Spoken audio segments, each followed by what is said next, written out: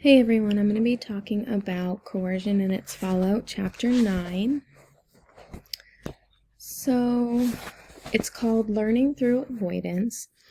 And basically, if we are given warning signals of punishment, the chances are we will not do the thing that would cause that punishment. Even if we do not receive warning signs, we still learn to avoid certain things by the punishment we receive when we are doing those things. We begin to learn ways to do things by avoiding other stimuli based upon the warning signs or the punishment we receive. I like the example in the book that states few people work for A's, many people avoid getting F's. So we are often not aware that we are motivated by avoidance. Another example might be we avoid acting in a certain way to fit in with friends or at work. Some people don't engage in things like cooking, TV, books, or things like that because they want to, but because they are trying to avoid certain situations like being hungry, being thirsty, being lonely. They kind of go hand in hand. Most people use coercion through avoidance to get others to do things that they want them to do. We tell people to do things that we say so. We tell them, I told you to do it this way. I think the way parents tell their kids, never mind why, just do it, is commonly used to teach them what is considered right and wrong or good and bad. So that's the type of avoidance, coercion through avoidance that is used like every day or, in households. Contingencies of avoidance can kind of tune people finely that have become almost automatic or robot-like. So with this avoidance, they're learning to not do things based upon punishment or those warning signs, and they start to become very robotic, kind of like in the book. If you notice that the rat only did press the lever. Everything else caused that rat to be shocked, so that rat almost seemed robotic because that's the only thing that they were doing. That's the only thing, I guess, they were like programmed to really only be pressing the lever. So people can only learn to avoid through this, and they learn really nothing else. If you live by contingencies of avoidance, you become negative and inflexible because, like I said, you're almost programmed to do what's expected and move away from the things that are unexpected or cause punishment. We learn to wait until it hurts instead of avoiding it. So, in the book, the rat might wait until it starts to get shocked before it presses the lever.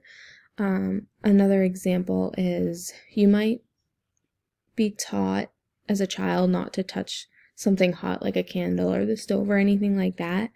But it's a slow process of learning that, your parents or your teachers are always telling you not to touch that, not to touch that. But if you do touch something that is hot, the learning process happens a lot quicker because you received that punishment or of burning yourself or anything like that. So it happens a lot quicker. But the act of avoidance is said to extinguish behavior. So like in the book, the rat, every other behavior that the rat engaged in that produced punishment is being extinguished because they're no longer doing it or receiving any type of reinforcement for it, because they're being punished for it. So it's extinguishing those behaviors altogether. So But if you keep on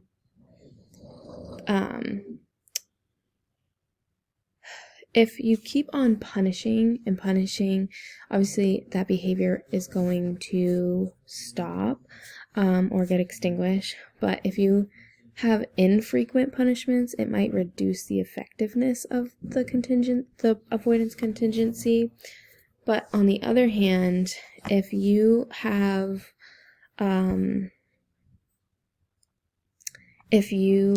a child that's talking back and you are punishing them every single time, they're going to learn, or they're going to stop talking back. However, they're no longer going to be receiving that punishment because they're not talking back. So eventually, they might start to talk back again because that contingency of avoidance or punishment is no longer there. So in the book, it did talk about giving the rat occasional shocks or punishment, and it would keep that person or rat from straying away from what is expected and going towards things that are unexpected, because they're still receiving that occasional punishment. So like I said in the example with the child talking back, like if they stopped talking back altogether and they're no longer receiving that punishment for talking back, eventually they might start talking back again because they're not receiving that punishment, and so they kind of move backwards in a sense. But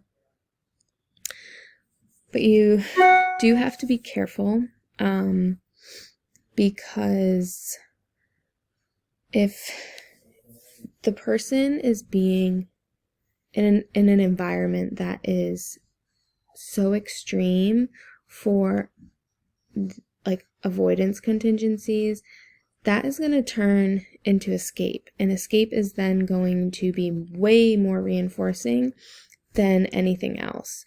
So if that is the case, it's kind of like it should be a cry for help, because those avoidance contingencies are so extreme that they're to the point where they thought the escape was going to be worth it, that they needed to get out of that environment. So you do have to be careful with it on that end as well.